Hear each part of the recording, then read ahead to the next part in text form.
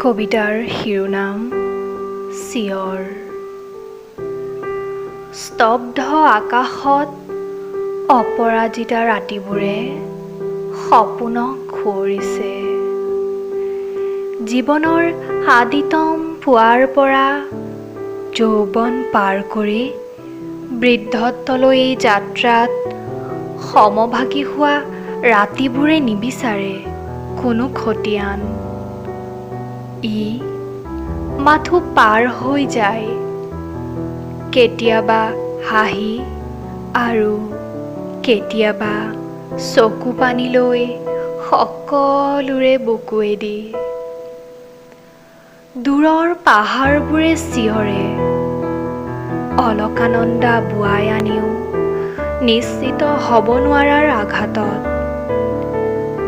দুয়োপাৰ খহাই উন্মত্ত হোৱা নৈখনে যেতিয়া পাহৰি যায় পাহাৰ খনিয়ে লোৱা ভাৰৰ কথা, তেতিয়াই দূৰৰ ক'ৰবাত চিঞৰি উঠে নিমাত পাহাৰখনে।